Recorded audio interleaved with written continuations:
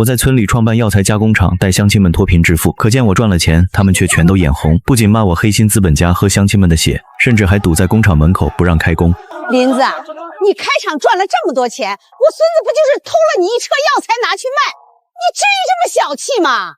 听到这话的我懒得解释，于是第2年就把厂子关了，把设备搬进了镇上的工业园。没想到没了这群祖宗拖后腿，我反而赚得盆满钵满。而我之所以会如此决绝，只因就在3天前，我陪药企的采购经理喝酒，喝进了医院。就在这时，我的父亲突然打来电话：林子，出大事了，厂子被围了，你快跑！我爸声音抖得厉害，话没说完，对面就传来一阵嘈杂的推搡声和手机落地的重响，随后电话就断了。我爸这辈子老实本分，如果不是真出了人命关天的大事，他绝不会让我快跑。我一把扯掉手背上的针头，我也顾不上按，起身就往门外跑去。等我从市里回到工厂时，已经是2个小时以后。厂门口平时停货车的地方，此时黑压压围满了人。往常他们见了我都笑逐颜开地喊我林大老板，可今天所有人的脸都拉得很长，那种眼神不像是在看邻里后辈，倒像是盯着杀父仇人。我意识到不对，赶忙走进院子，却发现车间的玻璃不仅碎了好几块，我爸更是颓然地蹲在台阶上，手背上还有抓痕。黑心杆的狼崽子回来了！林子，你这个丧尽天良的，你吃着乡亲们的肉，还想拆乡亲们的骨头吗？今天你把钱吐出来，谁也别想走！他是村里出了名的懒汉赖老三，平日里就知道吹牛打屁。碍于同村关系，我给了他一份工作，可今天他却带头怒骂我克扣工资、虐待老人。会说话的就说人话，别到处喷粪。我这厂子每个月15号准时发工资，从没拖过1天。我克扣谁了？你少揣着明白装糊涂！你给大伙一天开120，转手把这些烘干的药材卖给制药厂，1吨就能挣好几万。你这叫剥削，叫喝乡亲们的血！就是，还有，你凭什么在车间装那么多摄像头？老李家收笨时顺手带回家2把药材泡水喝，你竟然要在工资里扣他钱，还要报警？那是山上的东西，你凭什么都说是你的？你这是虐待老心肠黑透了！听完这些话，我气急反笑，这哪里是眼红，这简直就是法盲在耍无赖。药材是我保底收购回来的，烘干加工的电费、损耗、检测费全是我的，到了他们嘴里却成了顺手带回家。我瞬间意识到，这种白眼狼逻辑背后一定有人在撺掇。这些话是刘大宝教你们说的，还是陈小凤？这2个人是村里仅有的2个大学生。当初开厂，村长带着厚礼上门，硬把刘大宝塞进来当安全主管。结果这小子上班就是躲在空调房刷视频，下班第一个冲去食堂。上周我带他去省里对接药企的采购主任，让他准备一份药材含水量检测报告。他倒好，在饭局上不仅全程冷脸，甚至主任主动跟他交流，他连眼皮都不抬一下，说那是繁文缛节。回来车上我说了他2句，让他懂点职场礼貌，别给村里丢人。没想到他回村就成了反抗剥削的英雄。你别管是谁说的，林子，大伙儿的意思很简单，工资翻倍，而且以后带点药材回家这种小事儿不准再提，否则这厂子你也别想开了。想要工资翻倍，还得合法偷窃。行啊，那咱们当面锣对面鼓的把账算清楚。刘大宝，既然你觉得我挣了黑钱，那你也别躲在你叔身后。上了4年大学，总不能跟厕所里的棍子一样，除了搅屎一点正事都不会干吧？林子，你说谁是搅屎棍？你敢摸着良心说你没有克扣乡亲们的血汗钱吗？刘大宝一脸愤慨地瞪着我，仿佛他是什么正义的化身，而陈小芳则是那一副名牌大学生的傲慢模样，眼里全是不屑。大家伙相信你，才把地里的药材交给你加工，甚至顶着大太阳进厂给你干活。没曾想你竟然这么丧良心！咱们村每年产出的干药材起码有几百吨，你收生药的价格跟卖给制药厂的价格中间差了10倍不止，加上厂里这些人的工资，你一年少说也黑了大家500-600万。这3年下来，1-2千万被你揣进了兜里，大家指望这点药材钱翻新房子给孩子交学费，你倒好，什么力都不出，就坐着拿大头，你还是人吗？啊！我天天在外面跑业务拿资质，为了跑通省城药企的门路喝到吐血，你们2个瞎了眼没看到，在疯干你什么？我死死盯着他们，声音冷得像冰。这2个白眼狼当初进厂时什么都不会，是我手把手教他们看药材品项、做报表。今天他们不仅在背后捅刀，还拿这种根本不存在的纯利润来颠倒黑白。哼，既然你提到了应酬，那我们就跟大家说说你是怎么出力的。省城最有名的私人会所，一顿饭吃掉2-3万，林子连眼睛都不眨一下，2-3千一瓶的酒，他一桌能点5-6瓶。吃完饭还要带那些老板去洗浴中心找那些不三不四的女人，怕是染了一身病都不知道。他拿这些大家伙的血汗钱去挥霍，去讨好外人，转头回来跟咱们说他在辛苦跑业务。大家伙儿，你们信吗？败类！这种人就是典型的喝乡亲们的血养他自己的肥腰包。退钱，把差价补给我们，把工厂的股份分给大家。退钱，对，还钱。今天不给个交代，你这厂子的路谁也别想走通。一时间，谩骂声响彻整个院子。那些平时拿我工资、受我恩惠的村民，此时一个个面目狰狞，恨不得上来把我撕碎。说完了没？我就问你们一句，我给厂里开的120一天的工资，是不是全县最高的？我给出的药材保底价，是不是比外面药贩子高出3成？我林子这些年少过你们1分钱吗？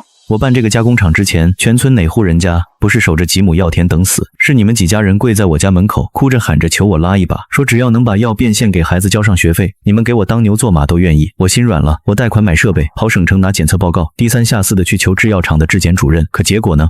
日子刚过好一点，你们就开始在厂里磨盐工。原本1小时能切完的片，你们非要磨蹭3个小时，为的就是多混点工时费。老李家偷拿厂里的精选拌赛化回家泡酒，我加强管理装了监控，你们就说我虐待老人。你少在那说大道理，你那叫保地价。刘大宝说了，那成品药在省城卖几百块一盒。对，你给我们120的工资，你自己却能挣几百万，这叫剥削，这叫吃人血馒头。对。林子，既然你口口声声说为了乡亲们好，那你就该把工厂的股份分给大家，把这几年的差价全补回来。否则你这厂子就是开在大家的血汗上，咱们今天就把这厂房给拆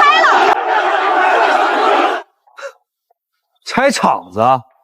刘大宝，这也是你教他们的？我看向躲在人群后的刘大宝，他正一脸得意地看着我。大家伙听好了，他这是心虚了，他不补钱，咱们破机器给他罢工，把进厂的路给堵死，看他拿什么给省城供货。对，堵路罢工还钱。看着这群曾经对我感恩戴德，如今却要把我生吞活剥的乡亲们，我心底最后的一丝火星终于彻底熄灭了。我想带他们脱贫，他们却想把我当成摇钱树，还要连根拔起。行啊，既然你们觉得这厂子是开在你们血汗上的，那这血我以后不喝了。我看着这群激愤的脸，差点被气笑。清朝都没了，可这些人脑子里的辫子比谁扎的都深。慈禧当年都没他们这么硬气，张口就要分走我全部的家当。我一盒成品要卖200-300，我就不需要本钱吗？厂里50号人的工资要不要钱？烘干机的电费要不要钱？真空包装和物流运费是大风刮来的吗？你们以为满山的药材拔出来就能直接卖200-300？我环顾一圈，刚才那几个叫嚣的最凶的，此刻缩着脖子不吭声了。药企要的是什么？是特级片，是药效成分达标、个头均匀、无硫熏的尖货。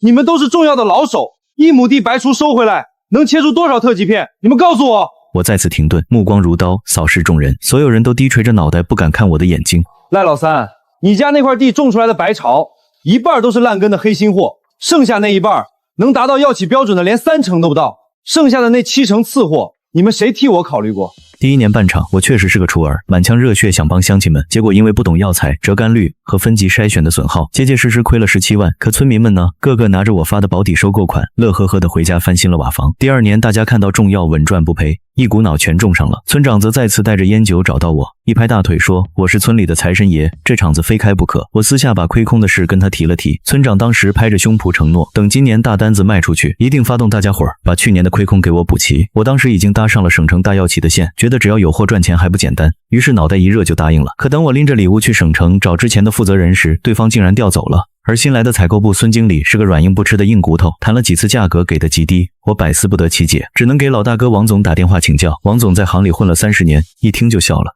林子，你还是太嫩。孙经理那是打工的，进谁的药材不是进？人家不拿点好处，凭什么担风险用你这种小厂的货？这时我才知道里面的门道。最终在王总的撮合下，我跟孙经理签了合同，我们村的药材他全收，但要私下给他30万的管理费。这事儿是规矩，更是人性，我不能跟任何讲，更不能入账。当时市场收购价才4块多，在这种情况下，我给了村民4块5的保底价，不挑品项，运费损耗全由我扛。那年产量不高，除去给孙经理的30万和厂里的电费人工，我忙活1年兜里只剩下不到2万块。而村长当初承诺的补亏空，事后他却装作不知道一样，只字不提。现在刘大宝和陈小芳拿着我还没回本的毛利润在村里算账，说我黑了大家几千万。更可笑的是，这群一边拿着我发的工资，一边往兜里揣厂里药材的人，竟然点头称是。呸！林子，别以为我们不懂，刘大宝算过账了，哪怕去掉你说的那些损耗，你1年起码还能净赚200-300万。这些钱本该是全村人的。林子，不是当叔的说你，你发达了拉乡亲们一把是本分，可你咋能吃独食呢？刘长山，看看你生的好儿子，专门在自己人身上刮油水，这在旧社会是要开除族谱的。这帮老东西看指责不动我，竟然转头围攻我爸妈。我妈是个老实了一辈子的村妇，被几十个人指着鼻子骂，吓得只会一个劲儿的抹眼泪。我爸则是死死攥着烟杆，脸色铁青，脊梁骨都被这些唾沫星子压弯了。看着爸妈这副受尽委屈、无助到发抖的模样，我最后那一丝回馈家乡的热血瞬间凉透了。既然你们都觉得我林子是在剥削大家，觉得我挣的是黑心钱，行，从今天起，这加工厂我不开了，今年村里的药材我不收了，一片叶子都不收。这厂房我明天就腾空，你们爱找谁收找谁收去。我这话一出，原本嘈杂的院子瞬间死寂。那几个带头闹事的村民眼神里闪过一丝慌乱，他们虽然贪，但明白整个县城能一次性吞下全村生药材，还能准时结账的只有我。我来办。今年村里的药材，我和刘大宝负责收，就在这厂房里加工。我们两个保证，绝不赚乡亲们1分钱，所有的净利润全部分给大家。我们大学生懂互联网，懂直接对接大药房，不让任何中间商赚差价。大家放心，刘大宝是我未婚夫，他又是村长的侄子，咱们自家人还能坑自家人吗？有了陈小芳的保票，村民们瞬间变了脸，他们像潮水一样涌向那2个人。之前用来夸我的那些话，现在一字不差地贴在了刘大宝身上，而我在他们眼里已经成了一块必须被扔掉的烂抹布。既然有人觉得自己能玩得转中药材这个深水区，那我就把这堆烫手的山芋原封不动地送给他们。我拉起我爸妈的手，在所有人鄙夷和得意的目光中，头也不回地走出了自家院子。那一刻，我感到无比轻松，这牢笼终于破了。虽然工厂我不开了，但我跟省城药企签的协议还在，那是整整200吨的精加工药材订单。9月20号之前，我必须如期交付。中药材这行最讲信誉，延误1天，不仅要扣5%的违约金，我这几年攒下的名声也就彻底臭了。于是第2天，我就开车去了隔壁的南岭村。干什么呢？大白天跑药田里搞破坏是吧？别误会，我是来看。林老板不认识我了吗？你是？贵人多忘事。重新认识一下，我叫周颖，南岭村的第1书记。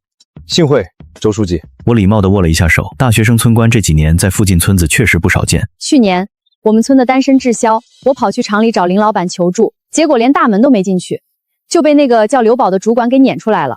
他说你们厂只收本村的药，外村的一概不碰。我心里咯噔一下，又是刘大宝，这王八蛋背着我到底掐断了多少财路？抱歉，这事儿我真的一点都不知道。没事儿，都过去了。林老板今天大驾光临，是来看药材的。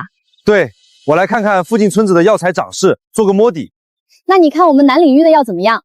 放心，我们村全是向阳坡，土质疏松，药效成分绝对比你们村的高。我掐开药材看了一下切面，质地紧实，药味浓郁，确实是上等的胚子，品质不错，甚至比我想象的好。怎么样？有兴趣合作吗？听说你跟你们村闹掰了，那帮祖宗把你气得不轻吧？我眉头一皱，想着这事儿传的也太快了，但转念一想，2个村子离得近，乡里乡亲全是亲戚。你们村今年产量有多少？干货满打满算也就100吨左右。以前规模很大，但因为没渠道，药贩子压价压得很，乡亲们没信心，好多都慌了。现在产量只有100吨。不过你放心，我们村的路去年刚扩建过，大货车直接能开到地头。只要林老板点头，我这个第1书记亲自给你当质炼员。周书记，我不是那个意思，你们这100吨填不完我的订单。这个你不用担心，我是附近3个村的驻点书记，只要你林老板开个口，愿意给个公道价，我能把周围所有村子的药材全给你调过来，你要多少，我就能给你凑出多少。说说你们村的要求。我们没要求，只要能把药变成现钱，别让乡亲们白忙活1年就行。我看着她嘴角的梨窝，心里却想这女人是个高手，表面装的清纯可怜，其实算盘打得比谁都精。听好了，5块钱1斤收生药，我不挑个头，只要没发霉我都要。但我有个前提，你们必须按我的标准进行初步清洗。至于我加工后赚多少钱，那是我的事，我不会分给任何人，也不接受任何形式的道德绑架。能接受我们就签协议。我懂，生意归生意，只要你给的价格公道，我们绝不废话。大家都是想过好日子，谁也不想当白眼狼。还有一件事儿，所有药材入库前必须提前送市里检测，农磁、重金属必须达标。如果你方便，明天带着样本跟我去趟市里，早上送样，下午出结果。没问题，明天我在路口等你。看着南岭村那些正在地里忙碌、眼神淳朴的村民，我吐出一口积压在胸口的浊气。那帮白眼狼觉得离了他们我不行，甚至觉得我的设备是破铜烂铁。可他们忘了，在这个信息不对称的行业里，设备和土地只是其次，真正的核心资产是我手里的订单和信誉。第二天早上，我带着周颖赶往省城，4个小时车程，我们将南岭村的药材样本送进了省城第一制药集团的质检中心。可哪料我和周颖刚走出大门，手机就突然响起。林子，你人在哪儿呢？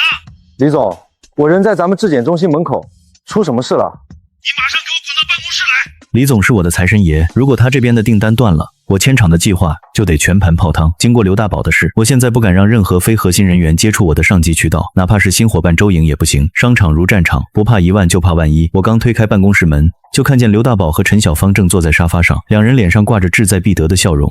林子，你的人也太没规矩了吧！李总，你误会了，他们可不是我的人。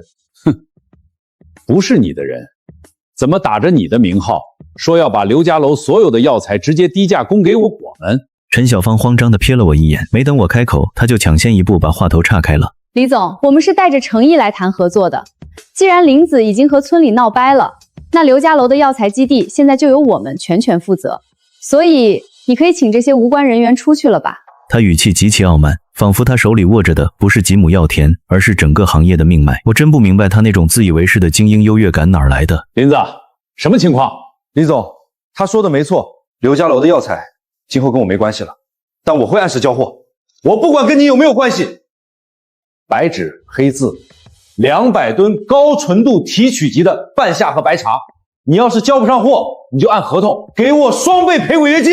我弯腰捡起合同，掸了掸灰，笑着重新放回李总面前。只要他还认这份合同，今天陈小芳说破天也没用。李总放心，我保证一克都不少你的。李总，你别被他骗了，现在整个刘家楼的药农都听我们的，他上哪儿给你变出200吨药材来？就算他去别处收，那些杂牌村的劣质货能过得了你们的工业提取试检？为了表示我们的诚意，我们的供货价比林子给你的再降3成。陈小芳为了抢单，竟然直接开始在现场砸价。李总闻言顿了一下，饶有兴致地盯着陈小芳，就是这一眼，让这2个蠢货看到了希望。同样的药材，林子卖你高价，我们只要7折。李总，这一吨便宜几千块，200吨可就是上百万的利润，你选谁？降价3成，你们种的是天上的仙草吗？林子供给我的药材，那是经过他工厂初级提纯后的工业粗粉，价格只要几毛钱一斤的转化成本。把这2个蠢货给我拖出去，以后他们要是再混进来，保安队长直接卷铺盖走人。不可能，几毛钱？他在村里收的时候可是4块5啊！陈小芳做梦也想不到，我卖给制药集团的根本不是药材，而是下脚料提取后的工业粗粉。我把南岭村那些品相好的特级片挑出来，走高端中药柜台那是保本，而真正让我赚钱的是利用厂里的机器，把剩下的药根、残渣、碎屑全部粉碎，提取出药企需要的核心成分。在他们眼里那是垃圾，但在我手里那是我跑通了技术路径，卖给药企实验室的工业原料。2毛钱一斤的废料成本，我提炼后卖给李总1块，200吨的走量，那是纯的流油的利润。至于卖给村民4块5的保底价，那是我在帮他们，也是在为我的原材料覆盖成本。现在这2个蠢货把这种保姆式的帮扶价当成了商业成本，还要再降3成。他们根本不知道，光是药材烘干、切片、粉碎过程中的损耗和电费，就能让他们赔到倾家荡产。检测结果下午才出来，我带着周颖准备在市里吃点东西，车子刚开出制药集团的大门，就被陈小芳和刘大宝拦住了。林子，你还是不是人？你不让李总签我们的单子，你是想让全村人的药材都烂在地里吗？刘家楼的药材跟我已经没关系了，那是你们的事儿。好狗不挡道。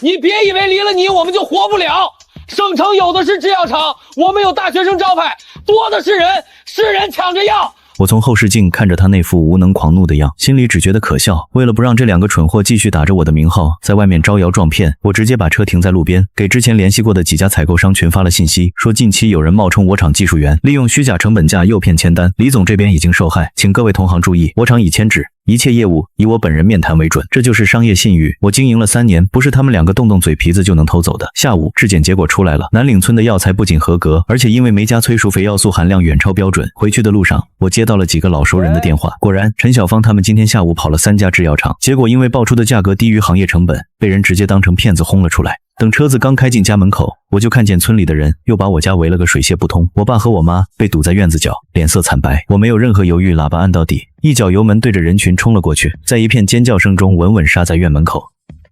林子，你还有没有良心？你凭什么阻挠别人收我们的药？你之前黑了大家那么多钱，现在还要断我们的生路？刘大宝和陈小芳呢？让他们出来。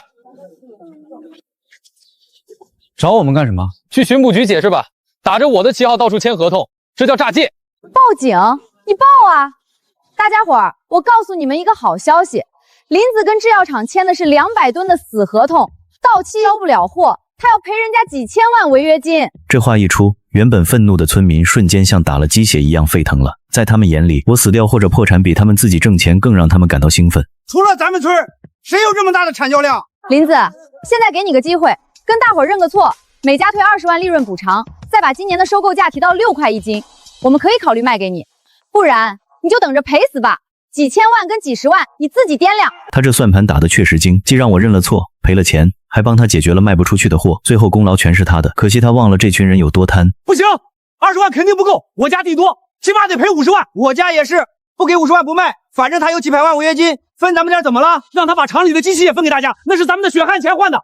对，把机器分了。一瞬间，院子里就炒成了一锅粥。原本是陈小芳用来威胁我的一石三鸟之计，竟然被这群贪婪的村民当场撕碎了。他们在外面吵得翻天覆地，为了那还没到手的50万，甚至开始互相推搡。我看着窗外那些扭曲的嘴脸，心里只觉得无比讽刺。他们以为捏住了我的命门，可他们做梦也没想到，南岭村的药材再加上我手里积攒的低成本提取技术，我不仅能如期交货，成本还能再降30%。至于刘家楼那些药材，那就烂在地里，等着给他们的贪婪陪葬吧。关上门，我爸才铁青着脸告诉我，我家的试验田被人糟蹋了，西南坡那2亩还没到采摘期的半夏，被人用锄头连根捣碎，药苗烂了一地，这就是典型的损人不利己。我刚想冲出去找那帮畜生理论，我爸一把死死拽住我。他太懂村里这帮人的尿性了，这种事即便是当场抓到那几个老头，进了衙门他们就往地上一躺，捂着胸口喊疼，捕快拿他们没办法，最后还得让你倒贴医药费。在刘家楼，这种穷且流氓的逻辑是没地方讲理的。爸，这地咱不守了，明天我请人，1天之内把自家的药材全部收走，这烂泥潭咱们不待了。隔天一早，我从南岭村请了50多个精壮汉子，他们干活从不犀利也不乱嚼舌根。不到下午5点，我家20多亩地的药材全部装车入库。与此同时，周颖又给我带来一个重磅消息，他已经把周围3个村子的书记都拉到了一起，大家达成一致，以后所有药材的初加工全部交给我刚在镇上注册的新厂。反观刘家楼，刘大宝和陈小芳彻底把路走死了，现在只要他们一露头，就有药农堵在门口问：大宝，省城合同签了吗？什么时候给钱收药？陈小姐，你说要给咱们涨价，可地里的药材要是再不收，可就全烂了。那2人每天像躲债一样早出晚归，我知道他们根本找不到下家。中药材这行不仅看品相，更看重检测报告和长期的信誉背书。那2个草包连药企的门卫室都进不去，还谈什么对接大厂？3天后，南岭村的采摘节正式开启，200吨的单子，那是南岭村全村人的希望。为了防止刘家楼的人过来捣乱，我亲自带人在地头巡视。周颖拿着大喇叭在地头循环播放：各位乡亲，咱们拿的是林老板的保底价，一定要把好质量关，带土的不要，坏掉的不要，咱们南岭村不能砸了自己的招牌。往年全镇最风光、最先拿钱的总是刘家楼，今年风水轮流转，不少刘家楼的村民闲着无事，跑过来阴阳怪气的凑热闹。你们南岭村的人真是没见过钱，被林子这个黑心资本家卖了，还替他数钱呢。他1吨药材转手卖给制药厂挣几万，就给你们几块钱，这种血汗钱你们也拿？你们在这飞个啥？林老板是好人，是天大的好人。以前咱们村的药材只能卖2块钱，还没人收。今年林老板给5块，还是现结，1亩地让我们多赚几千块，这钱他不挣，谁该挣？就是林老板有本事跑下制药厂的订单，那是人家的能耐。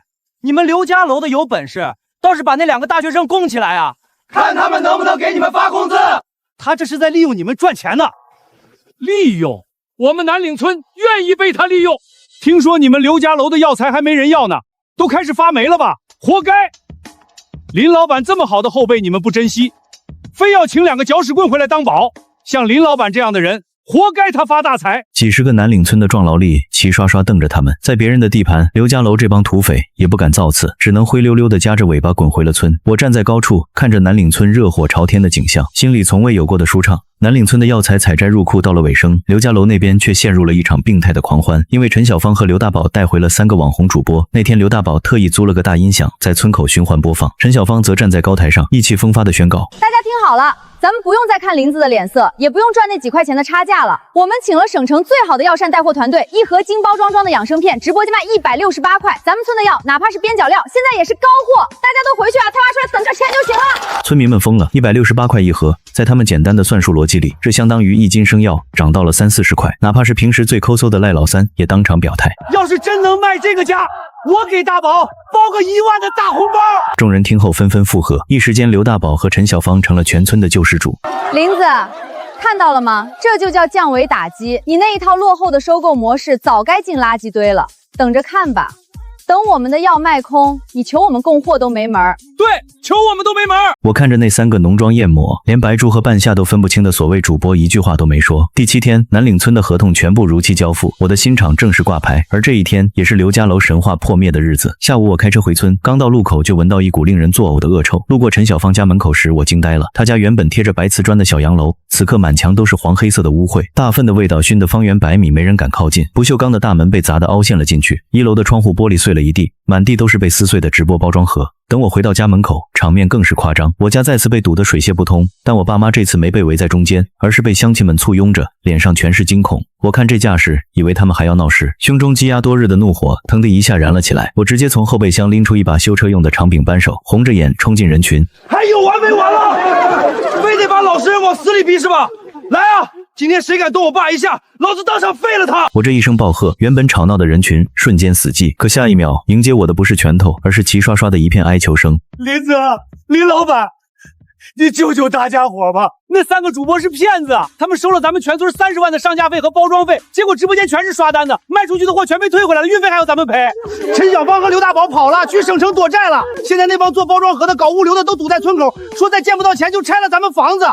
关我什么事？你们不是说我是奸商，喝你们的血吗？找你们的大学生救世主去啊！林子，是我们猪油蒙了心，我们不卖168了，我们就卖4块5，不3块5就行。你把厂子开回来吧，只要你能收了这些药，我们以后全听你的。我看着这群前几天还想让我赔得倾家荡产，今天却跪在地上摇尾乞怜的乡亲，心里没有一丝快感，只有阵阵恶寒。早知今日何必当初。想要我收药？我丢下扳手，冷冷地扫视全场，众人的眼里重新燃起了希望的火苗。可我接下来的话却像冰水一样把他们浇透了。南岭村的合同我已经签满了，新厂的产能1克多余的都容不下。刘家楼的药，我这辈子都不会再碰一下。林子，求求你收了我家的白薯吧！我伺候那几亩地像伺候亲爹一样，这要是烂在地里，我今年连买农药的债都还不上啊！林子，我家孩子在外地读大学，全家就指望这点药材变现交学费，你可得拉出来大叔一把！林子，咱们往上数几辈儿都是一个锅里搅着子的亲戚，上次是大家伙糊涂，信了陈小芳和刘大宝那2个丧门星的鬼话，那2个大学生1两药材没卖出去，反倒让大家伙赔得底儿掉，现在早跑得没影了。是啊，就是。听着这群人的诉苦，我心里只有冷笑。原来陈小芳请来的所谓直播团队，其实就是专门游走在乡村收割入场费的骗子。不是说直播间卖168一盒吗？怎么还让你们赔钱了？快别提了，那3个骗子说什么流量费和坑位费，开口就要10万。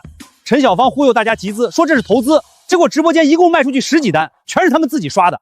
最后连那几个主播在县城住5星级酒店的房费都是从咱们村账上扣的。听完我心里毫无波澜，这种拙劣的骗局，只要稍微有点常识的人都能看穿。可刘家楼这群人被那168一盒的暴利蒙了眼，活该被割韭菜。林子，这事儿你要恨就恨那2个畜生，是他们从中作梗，大家才误会你的。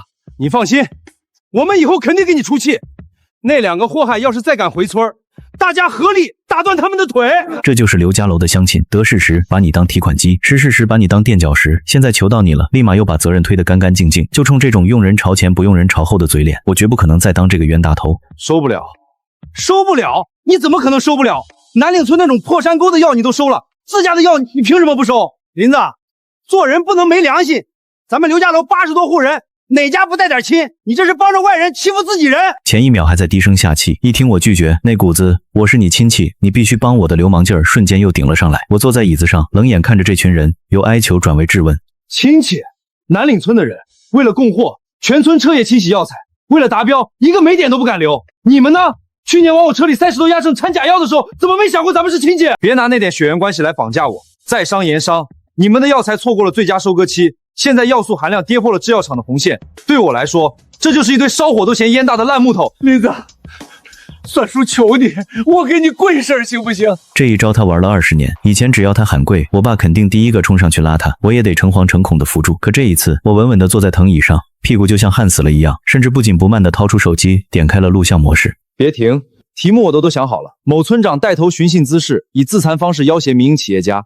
你看看你的退休金还保不保得住？村长的身子僵在半空，下也不是，起也不是，老脸涨成了紫红色。林子，你别给脸不要脸！村长见软招失效，猛地站直了身子，露出了藏在皮底下的阴狠。他一挥手，门外歪歪斜斜地走进4个老头，一个半身不遂坐轮椅，一个揣着速效救心丸，还有一个90多岁连路都走不稳。这哪是老邻居，这分明是村长请来的死神。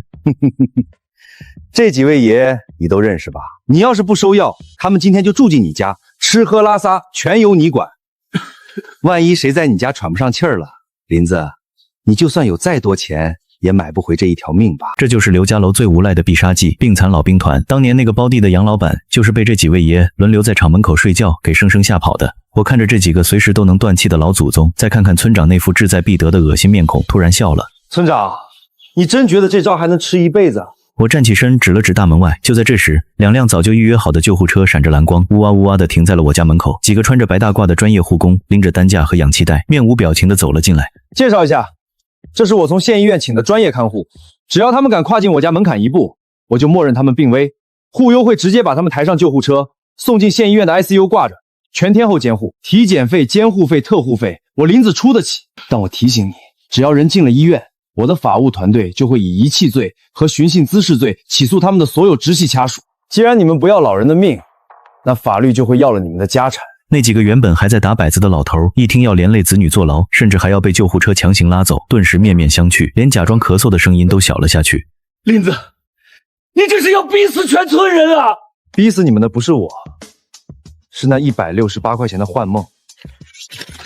这是南岭村和西洋村的药品质检报告，人家的药素含量是标准的 1.5 倍，而你们刘家楼的药材，因为你们舍不得浇水，舍不得施肥，还错过了收割期，现在全是木质化的废料。这种垃圾拉到制药厂，连锅炉工都嫌火小。4块5一斤的时候你们嫌少，现在求我收。我当着所有人的面，砰的一声关上了院子大门。至于门外那些哭喊和咒骂，在那一刻与我再无瓜葛。正当我准备告诉村长，让他彻底死了这条心时，凄厉的警笛声在村道尽头炸响，由远及近。我爸稳步从屋里走出来，手里攥着还没挂断的手机。警是他报的。刘长山，你报100次警也没用，你有证据吗？刚刚变电扇的人来检修，村里早就断电断网了。你家墙上那些监控就是个摆设，巡捕来了，我们就说是来串门的。你能拿我怎么样？他说的没错，村里的电确实在5分钟前断了。村长转头向身后那几个狗腿子使了使眼色，那几个原本瘫坐在地的老头又开始酝酿着那股子随时撒手人寰的死气。谁说我没有证据？我这车是刚提的高配，行车记录仪实时录像，打从我进门那一刻起，这院子里发生的事儿全都被录得清清楚楚。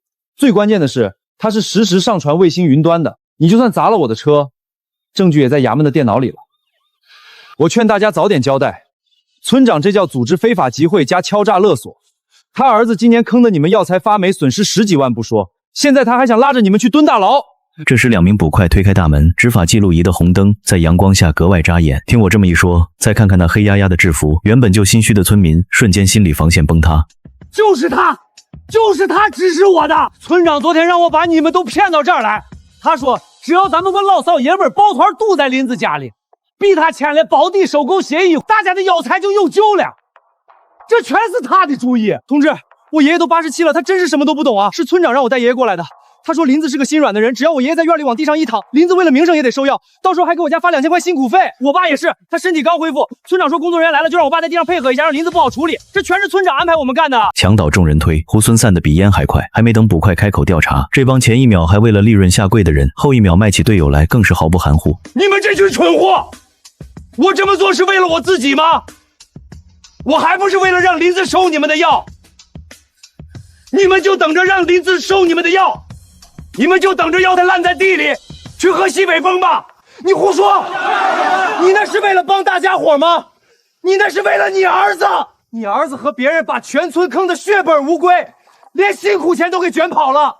你知道大家伙不会答应，你才急着逼林子帮忙。真相像一记记响亮的耳光扇在村长那张伪善的脸上。我收起手机，冷眼看着被捕快带上警车的村长，他的碰瓷时代结束了，而刘家楼那些发霉的药材也将随着他的贪欲一起腐败在泥土里。从衙门出来，我二话没说，直接带着爸妈住进了市里的酒店。这时候回村那是给自己找堵。刘家楼地里那些药材已经彻底错过了深加工的脱水黄金期，现在的半夏和白术在地里泡久了，一捏一包水，外地客商看一眼都会扭头就走，这就是贪婪的代价。错过了1块钱的保底，就只能看着它烂成泥。第二天下午，我独自开车回了村。我爸劝我别回去，但我心里清楚，这盆脏水如果不彻底泼回该去的地方，刘家楼这帮人以后能念叨我一辈子，见死不救。我得回去把这层遮羞布彻底撕烂。